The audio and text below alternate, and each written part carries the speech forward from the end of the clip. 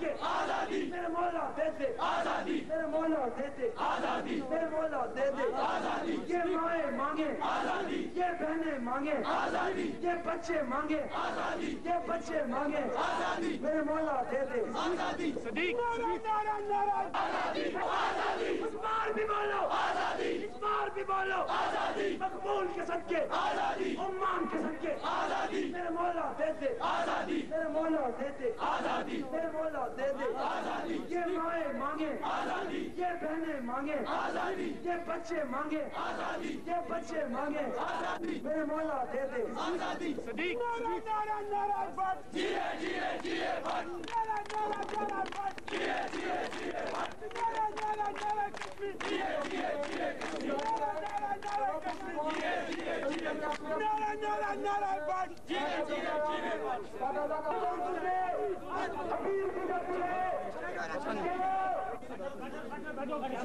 نعرہ لگائے خود مختاری کو نعرہ لگائے خود مختاری کو کشمیر بنے گا ہاتھ اٹھا کر دعا دے کشمیر بنے گا کشمیر بنے گا ہم غازی کہلائیں گے ہم غازی کہلائیں گے بول نعرہ کشمیر میرے جموں و کشمیر بول نعرہ کشمیر میرے جموں و کشمیر تیری وادی واد گموں تیرا کونا کونی میرے جموں کشمیر میرے جموں کشمیر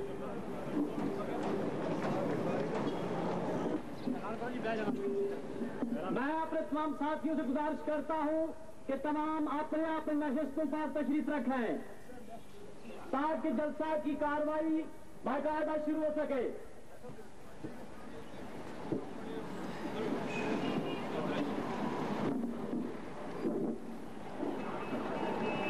اب میں جلسہ کی کارروائی باقاعدہ شروع کرنے سے پہلے تلاوت کلام پاک کے لیے حاجی محمد زمان صاحب سے گزارش کرتا ہوں کہ وہ اسٹیج پر تشریف لا کر تلاوت کلام پاک کریں.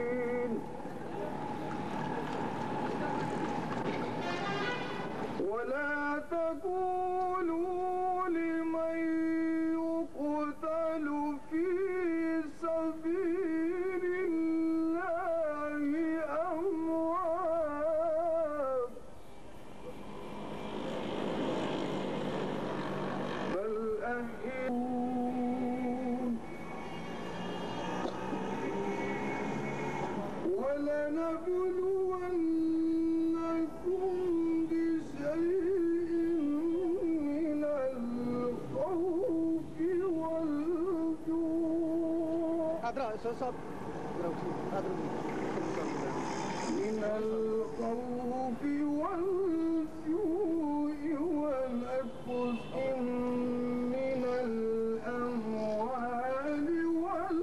والأنفس قالوا إنا لله وإنا إليه راجعون.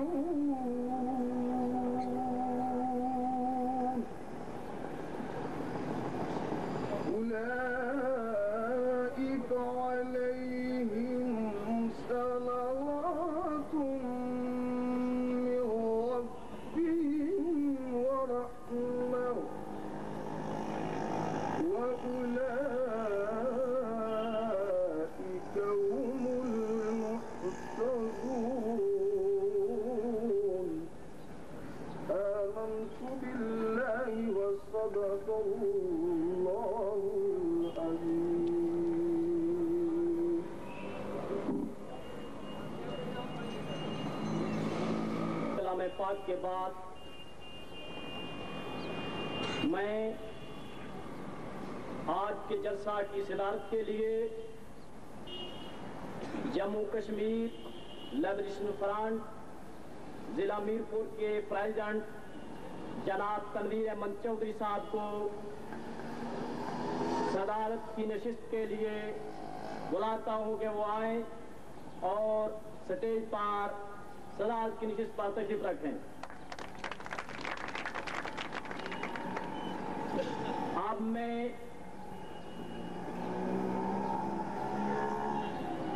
مہمان خصوصی جو شخصیت آج ہمارے جلسہ کے مہمان خصوصی کے فرائض انجام دے رہے ہیں، وہ ہے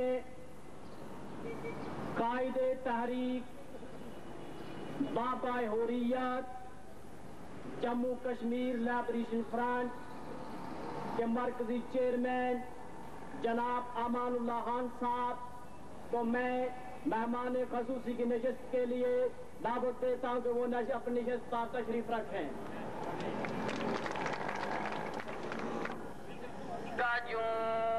مرد جائے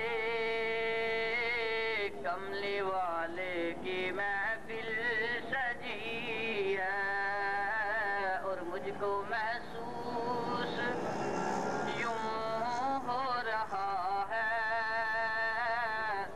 ان کی محفل میں جلوہ گری ہے،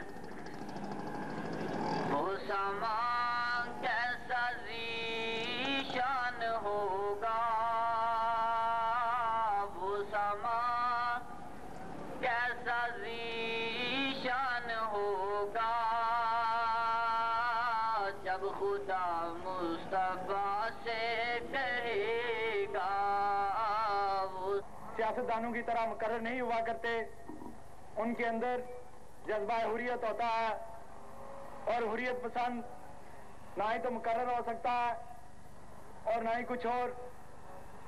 ہم قائد حریت کے چاہنے والے ہیں، بابا کشمیر کے حکم پر لبیک کہنے والے ہیں۔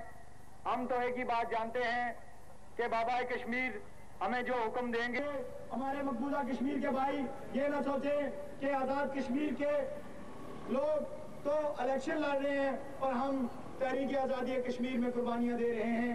ہم سلام پیش کرتے ہیں ہم اپنے قائد اور قومی قائد کشمیر بابا کشمیر کو کہ انہوں نے بہت ہی احسن طریقے سے ایک سیاسی وار کیا دشمنوں پر کہ جس سے ہمارے منافق اور کافر دونوں کام کے، اور 11 اور 12 فروری کو کشمیری عوام نے دیکھ لیا کہ کافر بھی ہمارے خون سے اپنے ہاتھ رنگ رہا ہے اور منافق بھی ہمارے خون سے ہاتھ رنگ رہا ہے، لیکن وہ اس سینے پر گولی ہمارے اپنے ہی ان منافقوں، ہم منافق 12 فروری سے بعد کھل کے اس لیے کہہ رہے ہیں کہ ہم نے دشمنوں اور منافقوں میں فرق جان لیا ہے۔ بابا کشمیر ہم خدا کو حاضر ناظر جان کر کہتے ہیں کہ ہم آپ کے حکم کے منتظر ہیں، آپ انگلی کھڑی کریں، ہماری گردنیں آپ کی اس انگلی کے اشارے پر کرنے کے لیے تیار ہیں۔ قائد کے فرمان پر جان بھی قربان ہے، قائد کے فرمان پر جان بھی قربان ہے۔ تو تمہارا روز 11 فروری سے پہلے کیا تھا، بعد میں کیا ہوا ہے۔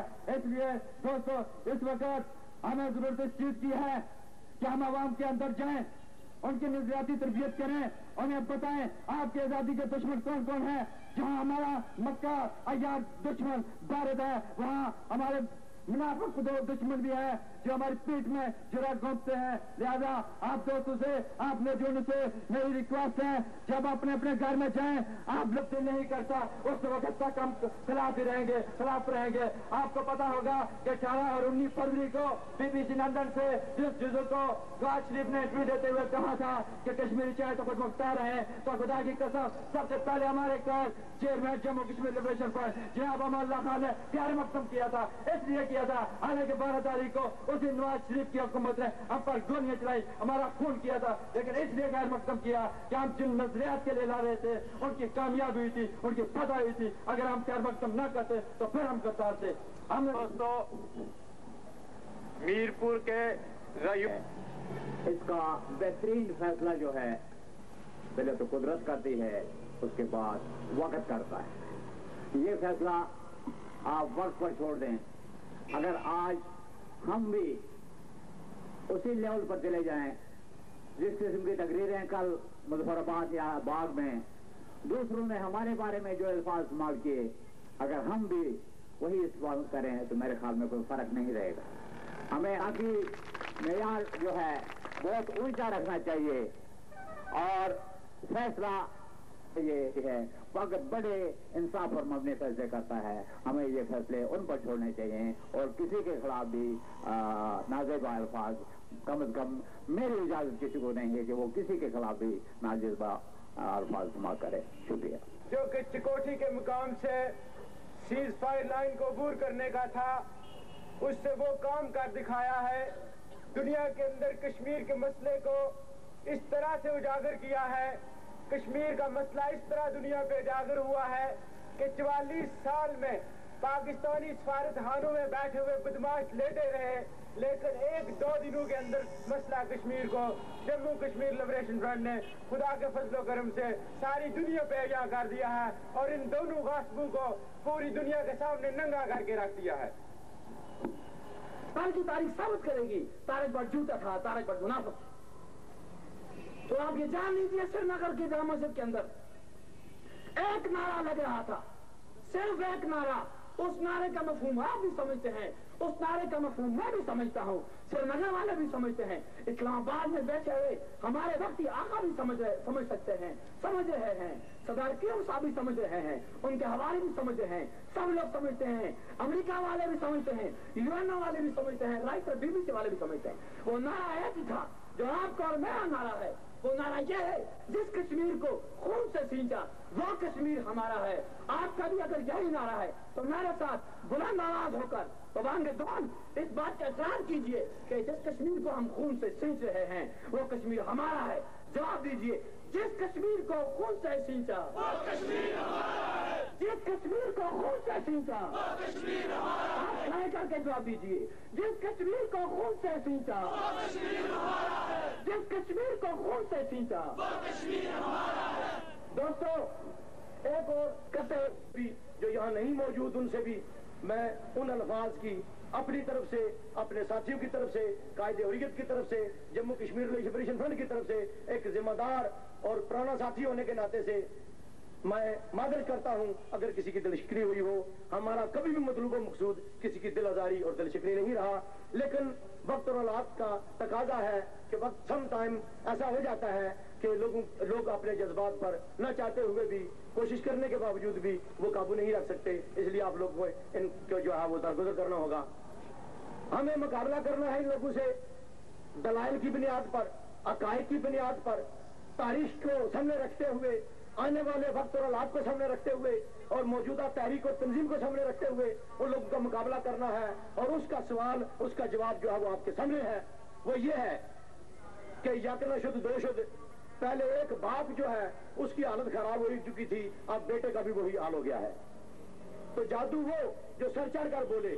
آپ نے کبھی بھی کسی بھی تاریخ کے دور میں یہ نئی بات سنی ہوگی کہ علاقے پاکستان کے یہ نام نہاد ریلی وہ مظفر آباد سے تمام ہر شہر اور ہر ضلع اور ہر گاؤں سے ہوتی ہوئی پھر وہ جا کر دینے سے سر نکالے گی. یہ کبھی نہیں آپ نے سنا ہوگا، یہ پہلی بار سن رہے ہیں. ہمیں کچھ کہنے کی ضرورت ہی نہیں ہے. ان کو جو موڑ پڑا ہوا ہے، ان کی نیندیں حرام ہو گئی ہیں، ان کو اب اپنے پیٹ پر لات لگتی ہوئی نظر آ رہی ہے. ان کو کوئی فکر نہیں ہے. وہ کشمیر کی آزادی کے دشمن ہے باخدا. کچھ لوگ تو ان کو غدار کہتے ہیں، میں نہیں کہتا یہ بات نہیں ہے. وہ غدار نہیں ہے، میں کہتا ہوں غدار نہیں ہے. وہ صرف اور صرف اصل بات یہ ہے کہ ان کو اپنے پیٹ کی فکر ہے. ان کو یہ ہے کہ اگر کشمیر آزاد و خود مختار ہو گیا تو کل ہم صدر یا وزیر اعظم تو اور کی بات کہیں کی بات ہے. اس نے تو بیٹے کو اپنے جانشین بنانے کا سوچا تھا، لیکن اب اس کو اپنی نوکری جاتی ہوئی نظر آ رہی ہے. اور وہ لوگ اس لیے ڈر رہے ہیں کہ کل ہم کھائیں گے کہاں سے، ہماری روزی کا کیا بنے گا. صدر تو دور کی بات ہے، اس کو کل کو چپراسی بھی یہاں نہیں رکھے گا. کام آ گیا ہے. اور میں اس کو کہتا تھا کہ اسی دن کے لیے میں زندہ تھا, اسی دن کے لیے ہم جی رہے تھے. یہی دن تھا جس کا ہمیں انتظار تھا, وہ دن آ گیا ہے. اور میں آپ لوگوں کو بھی بتا دینا چاہتا ہوں اور سب لوگوں کو بتا دینا چاہتا ہوں, وہ نہیں رشتہ دیوار پر لے جس ماں ملک کی, جس کی ماں کی مائیں اس قسم کے بہادروں اور مجاہدوں اور غازیوں کو جنم دینا شروع کر دیں, اس ملک اور قوم کو کوئی دنیا کی طاقت زیادہ دیر تک غلام نہیں رکھ سکتی. اور ان ظالموں اور جابروں کو ہوتے چڑھتے امان لگنے چوٹیاں دی تو تمہیں اعلان کر دے جنہیں ہند کے ملک ہی نہیں آنا, انہیں ملک کشمیر آنا. تو گولیاں لگے, لیکن سیکورٹی کے مقام پر ہم پہنچ کے ہم جو کہتے ہیں وہ کرتے ہیں. تم ہمیں کتنا بھی روکو, ہم رکنے والے نہیں ہیں, ہم جھکنے والے نہیں ہیں, ہم بکنے والے نہیں ہیں. میں اپنی تقریر کا اختتام ایک شعر کے ساتھ کرنا چاہوں گا کہ کہہ دو جا کے یہ میرے تابوں سے کہ وہ اپنے کرنوں کو گن کے رکھے, کہہ دو جا کے یہ میرے تابوں سے کہ وہ اپنی کرنوں کو گن کے رکھے. میں اپنے سرہا کے ہر ایک ذرے کو خود ہی چمکنا سکھا رہا ہوں. تمام لڑے لندن میں پوچھا جاتا ہے آپ کون ہیں, تب ان کا سر شرم سے ڈوب جاتا ہے, تب ایک بار اٹھتے ہیں امان اللہ خان کا وہ نعرہ, مقبول بٹ کا وہ نعرہ, حریت پسندوں کا وہ نعرہ کہ کشمیر کشمیریوں کا ہے, کشمیر کشمیریوں کا ہے. اور تب یہ نعرہ لگا, تب امان صاحب نے نعرہ دیا پاکستان میں ہندوستان کبھی الاؤ نہیں کرے گا جانے کے لیے. کشمیریوں کے لیے کیا اٹریکشن ہے اس کا جواب میں نے پہلے دے دیا کہ تاریخ میں کشمیر جب بھی خود مختار اور آزاد رہا وہ ہمیشہ کامیاب رہا, ہمیشہ مضبوط رہا. تو دوستو, یہ لوگ جو اس آپ کو گوڈے درداں کدی نکلن گوڈے درداں تے کدی لک وچ چک, کدی نکلن گوڈے درداں تے کدی لک وچ چک, تے اصلی گل ہے, سچی گل ہے محمد بخشا وچوں گئی یا مک, ان کے بیچ میں سے مک گئی خدا. یہ جناب ہے بغیر کسی تاریخ کے جموں کشمیر لبریشن فرنٹ کے چیئرمین جناب امان اللہ خان صاحب کو میں دعوت دیتا کے فرمان پر جان بھی قربان ہے, امان کے فرمان پر جان بھی قربان ہے, امان کے فرمان پر جان بھی قربان ہے. امان اللہ کا فیصلہ ہے ہمارا فیصلہ, امان اللہ کا فیصلہ ہے ہمارا فیصلہ.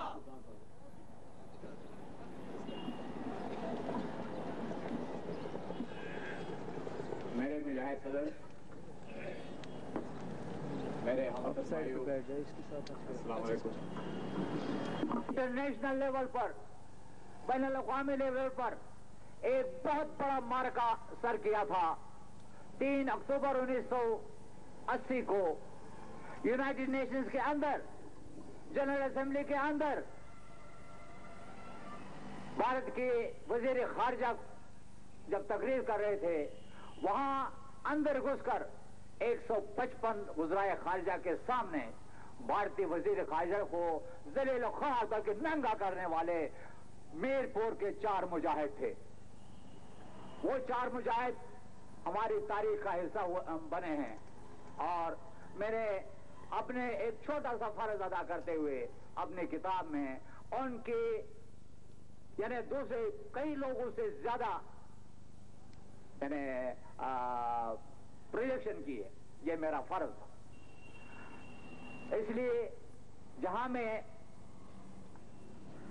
میرپور میں جو بات کروں گا میرے خیال میں اس حیثیت کو دیکھ کے کروں گا کہ میرپور کے لوگ جو ہیں نظر خود مختار کشمیر کے حوالے سے انتہائی بالغ ہیں. بالغوں کے ساتھ کچھ اور بات کی جاتی ہے اور چھوٹوں کے ساتھ کوئی اور بات کی جاتی ہے. میں آپ سے ایک سوال پوچھتا ہوں, وہ لوگ جو خود مختار کشمیر کے نظریے کے حامی ہیں ذرا وہ ہاتھ کھڑے کریں, کھڑا ہی رکھیں.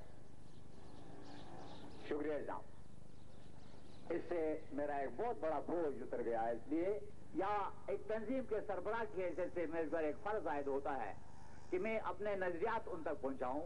تاکہ ان میں سیاسی بلوغت آ جائے، اور آپ نے ثابت کیا ہے کہ پہلے ہی آپ سیاسی بالغ ہیں، اور آپ نے میرے کندھے سے ایک بوجھ پہلے ہی اتار دیا. شکریہ آپ کا. حضرات، جولائی 1988 کو مسلح جدوجہد کا آغاز کیا. اس وقت وہ لوگ جو آج اس تحریک کے مالک بننا چاہتے ہیں، وہ کشمیر اسمبلی میں انڈیا سے وفاداری کا حلف لے کر بیٹھے ہوئے تھے کشمیر اسمبلی میں کہ اپنے اسلامی تشخص کا بڑا پاس ہم کہتے ہیں کہ ہم کشمیری مسلمان ہیں. مسلمان کی حیثیت سے ہمارا کلمہ ہے لا الہ الا اللہ محمد رسول اللہ، اور ایک کشمیری کی حیثیت سے ہمارا سیاسی کلمہ ہے کشمیر بنے گا خود مختار. ہم نے جہاں خود مختاری کا نعرہ لگایا، کشمیر کی خود مختاری کا نعرہ لگایا، وہاں ہم نے اپنے اسلامی تشخص کے تحفظ کی بھی بات کی. انڈیا سے ہمیں کس چیز کا خطرہ ہے؟ بہت بڑا ملک ہے، انفلوئنس ہے، اس کا انٹرنیشنل لیول پر انفلوئنس ہے، لیکن چونکہ انڈیا سے ہمارے اسلامی تشخص کو خطرہ تھا، اس لیے داڑھی نہ رکھنے کے باوجود ہم نے اس تشخص کے تحفظ کے لیے بندوق اٹھائی. جو اسلام کے ٹھیکیدار بنے تھے وہ کشمیر کی اسمبلی میں انڈیا سے وفاداری کا حلف اٹھا کے وہاں سے الاؤنس بھی حاصل کرتے تھے. اور جب ہم نے یہ تحریک سٹارٹ کی تو انہوں نے اسے دہشت گردی قرار دیا. یہاں تک کہ ایک اخبار نے ایڈیٹوریل بھی لکھا کہ ہندوستان ہمیں اسلحہ دے دے، ہم ان دہشت گردوں کا خاتمہ کریں گے. 1.25 سال تک ہم اکیلے رہے، لبریشن فرنٹ اکیلا رہا اس میں مسلح جدوجہد میں. 1.25 سال کے بعد نئے گروپ بنائے گئے. کس نے بنائے یہ آپ بھی جانتے ہیں، ہم بھی جانتے ہیں. کس مقصد سے بنائے گئے یہ آپ بھی جانتے ہیں، ہم بھی جانتے ہیں. مقصد یہ تھا کہ جب تک کشمیر خاموش تھا، پاکستان کشمیر کو بھول چکا تھا، انڈیا کشمیر سمجھتا تھا کہ کشمیر پوری طرح ہمارے گروپ میں آ گیا ہے، اور دنیا بھی کشمیر کو بھول چکی تھی. لیکن جب ہماری جدوجہد سے ہم کی رال ٹپکنے لگی. افسوس یہ ہے کہ ان لوگوں کو اتنا بھی احساس نہیں کہ ایک کامن آدمی ہے، ایک کامن بالکل عام سا آدمی بھی یہ سوچ سکتا ہے کہ جو جس چیز کے لیے جو شخص قربانی دے وہ چیز اسی کی ہوتی ہے، اسی کی ملکیت ہونی چاہیے. قربانی ہم دیں، خون ہم بہائیں، عصمت اللہ ہم لٹائیں، گھر بار ہم جلائیں، فصلیں ہم جرائیں، اپنے آپ کو جیلوں میں کرپل ہم کروائیں، 3 سال سے جیلوں میں ہم پڑے رہیں، اور یہاں اسلام آباد کا کوئی آدمی یہ کہتا ہے کہ جی یونائٹڈ نیشنز کی قراردادیں 3rd آپشن نہیں دیتی. میں کہتا ہوں کہ جو ہمارے خون بہنے کے بعد، ہماری عصمتیں لوٹنے کے بعد بھی یہ دعویٰ کرتا ہے کہ کشمیریوں کو 3rd آپشن کا کوئی حق حاصل نہیں ہے، اگر وہ نواز شریف ہے تو اس میں اور نرسمہا راؤ میں کوئی فرق نہیں ہے، اگر وہ بے نظیر بھٹو ہے تو اس میں اور راجیو گاندھی میں کوئی فرق نہیں، اور اگر سردار قیوم ہے تو اس میں اور سکسینہ اور فاروق عبداللہ میں کوئی فرق نہیں.